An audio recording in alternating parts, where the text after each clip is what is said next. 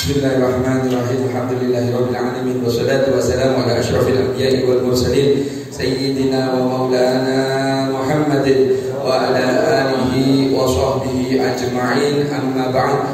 Alhamdulillah, hadirin hadirat rahimakumullah. Usikum wa nafsi bitaqwallah. Qala Allah Ta'ala fil Qur'anil Karim, wa man yattaqillaha yaj'al lahu makhraja wa yarzuqhu min haitsu la yahtasib. Alhamdulillah, hadirin hadirat rahimakumullah.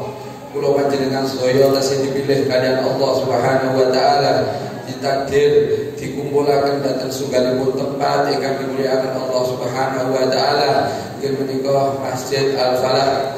Mugi-mugi kempal kula panjenengan sedaya dhateng tempat ingkang mulya niki dados sababiyah, salah sunggalipun sababiyah kula panjenengan sedaya, keluarga kula panjenengan sedaya dimulyakaken kalian Allah Subhanahu wa taala dunia dan akhirat insyaallah. Allahumma amin. Salawat serta salam semoga selalu tercurah kepada junjungan kita yang mulia baginda Nabi Agung Muhammad sallallahu alaihi wasallam beserta seluruh keluarga beliau, sahabat beliau, para pengikut beliau, termasuk kita semuanya ila yaumil qiyamah insyaallah. Allahumma amin. Hadirin hadirat rahimakumullah. Kula panjenengan sedaya mlebet dinten ke-14 nggih, 14 dari rangkaian safari Maulid 50 hari insyaallah yang kita rencanakan.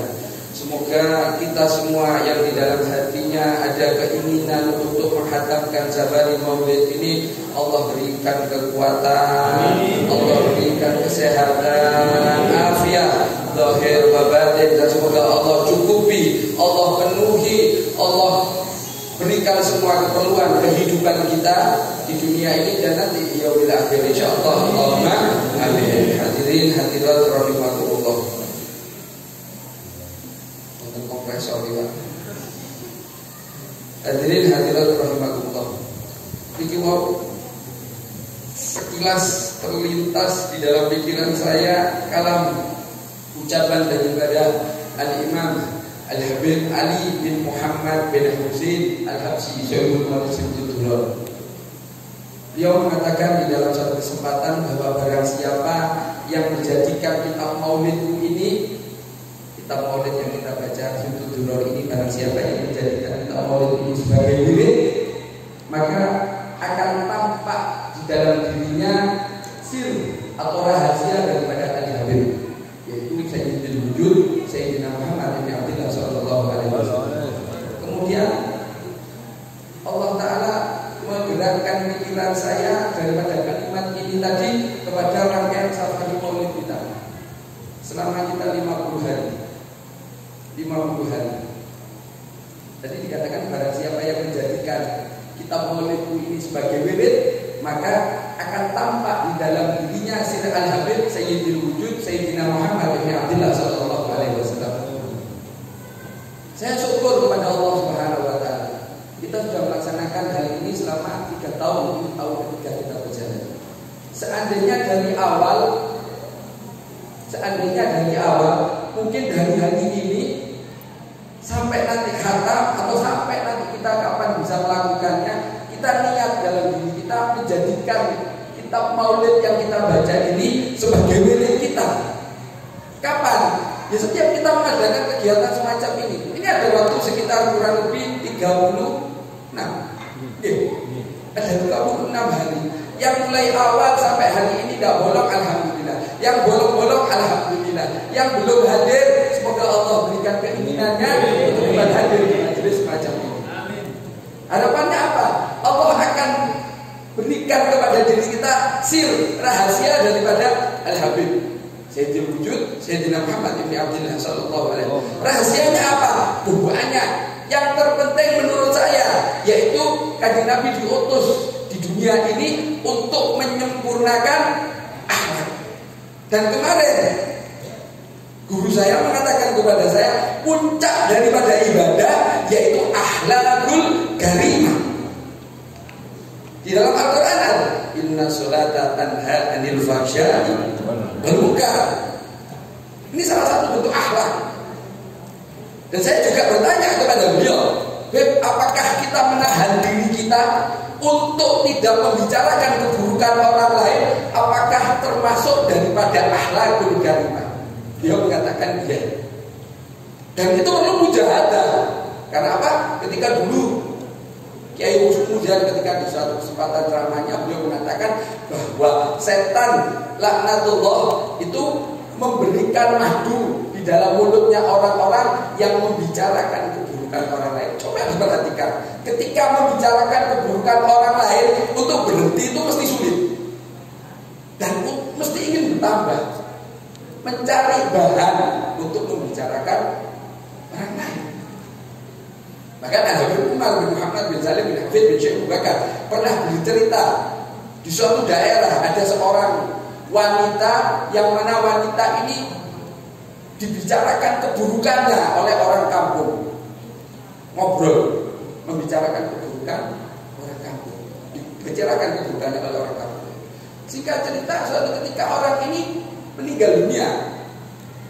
Kemudian diimpikan oleh salah seorang ulama di kampung tersebut, dia mendapatkan suatu kenikmatan oleh Allah Subhanahu wa taala, diberikan nikmat kubur dengan pakaian yang luar biasa indah. Kemudian ulama ini bertanya, dari mana kamu mendapatkan kehormatan ini daripada Allah Subhanahu wa taala?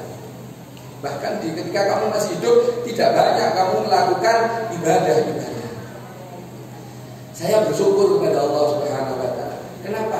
Karena orang-orang yang membicarakan keburukan saya ini menjadikan salah satu sebabnya saya mendapatkan kemuliaan daripada Allah Subhanahu. Kenapa? Karena orang yang membicarakan keburukan orang ini, dosanya orang yang dibicarakan keburukan ini diberikan orang yang membicarakan keburukan.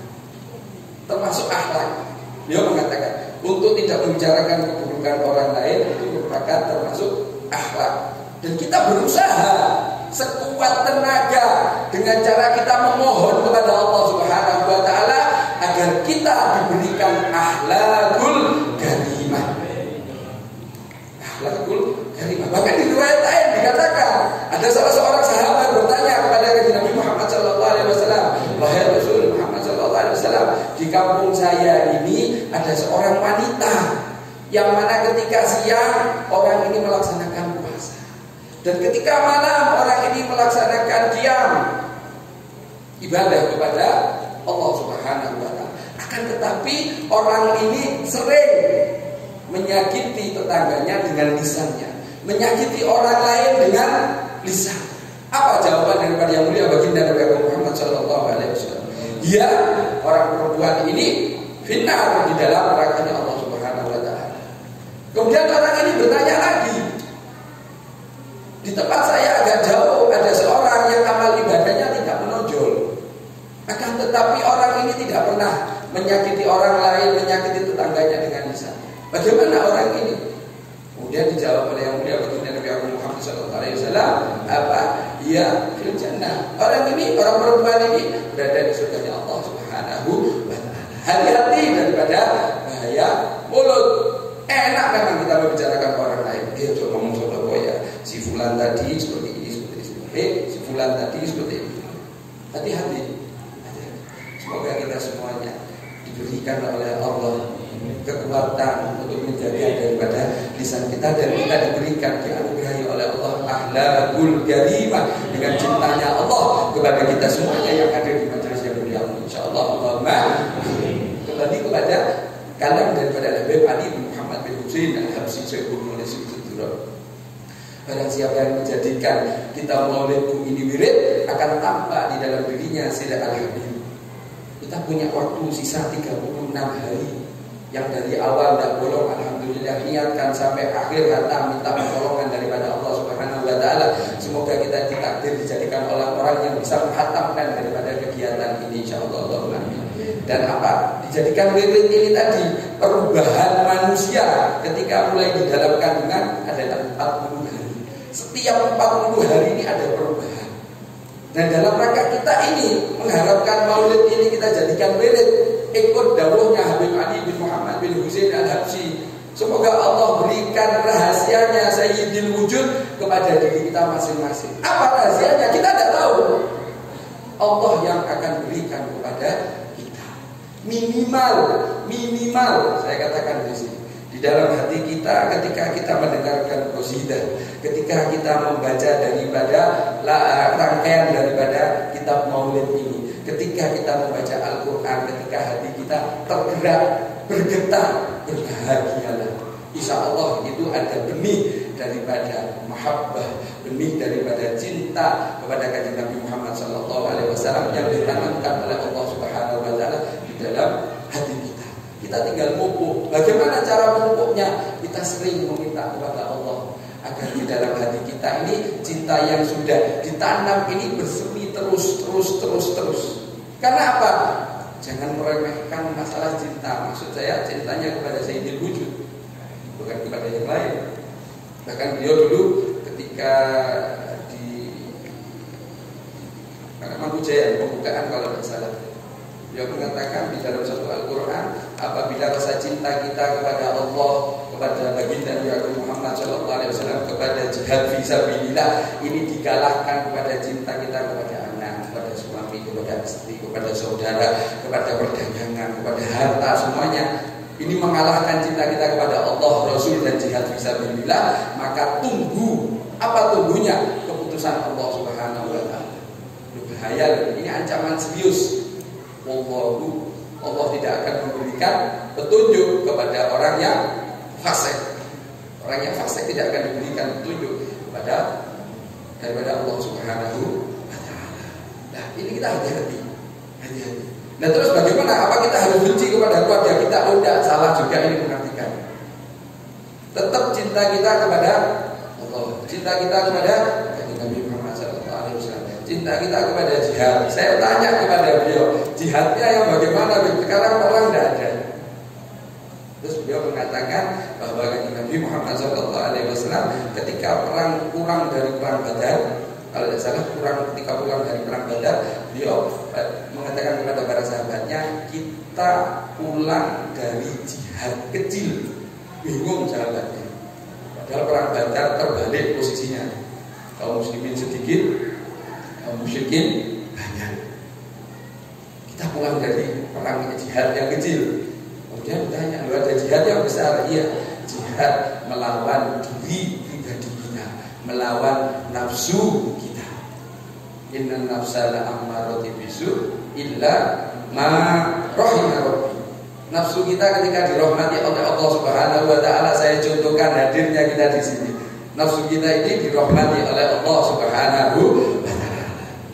Kalau ketika ada dua pilihan, misalnya ada jadwal safari di Panti Asuhan Siti Rohmah, kemudian ada jadwal lagi janjian sama temannya untuk duduk di majelis korban di kopi, jadi waduh ya, sambil main wifi dan sebagainya. Mana yang dipilih? Kalau yang dipilih di sini, insya Allah illa ma rahimah rabbi, nafsunya dirahmati oleh Allah Subhanahu Wa Taala. Kalau di sana nanti ada rasan-rasannya, ada gosipnya, ada membicarakan berat, mungkin belum dirahmati daripada Allah Subhanahu Wa Taala. Semoga kita semuanya termasuk golongan orang-orang yang mendapatkan rahmat daripada Allah Subhanahu Wa Taala, selalu diberikan hidayah, taufik Allah Subhanahu Wa Taala, tetap berada di jalur daripada Nabi Muhammad SAW sampai akhir hayat kita, dan diakhiri kehidupan kita di alam dunia ini dalam keadaan husnul khatimah, dan kelak kita diakui dan dikumpulkan bersama rombongan yang mulia baginda Nabi Agung Muhammad sallallahu alaihi wasallam, masuk surga bersama yang mulia baginda Nabi Agung Muhammad sallallahu alaihi wasallam, insyaallah. Allahumma amin. Al-Fatihah. Iyyaka na'budu wa iyyaka nasta'in, ihdinas siratal mustaqim, siratal ladzina an'amta 'alaihim ghairil maghdubi 'alaihim waladdallin. Amin. Banyak salah dari saya, ucapan kita tubuh saya yang kurang pas, menyinggung di hati para jamaah semuanya. Saya pribadi mohon dimaafkan lahir dan batin. Wal afu minkum. Assalamualaikum warahmatullahi wabarakatuh. Waalaikumsalam. Waalaikumsalam warahmatullahi wabarakatuh.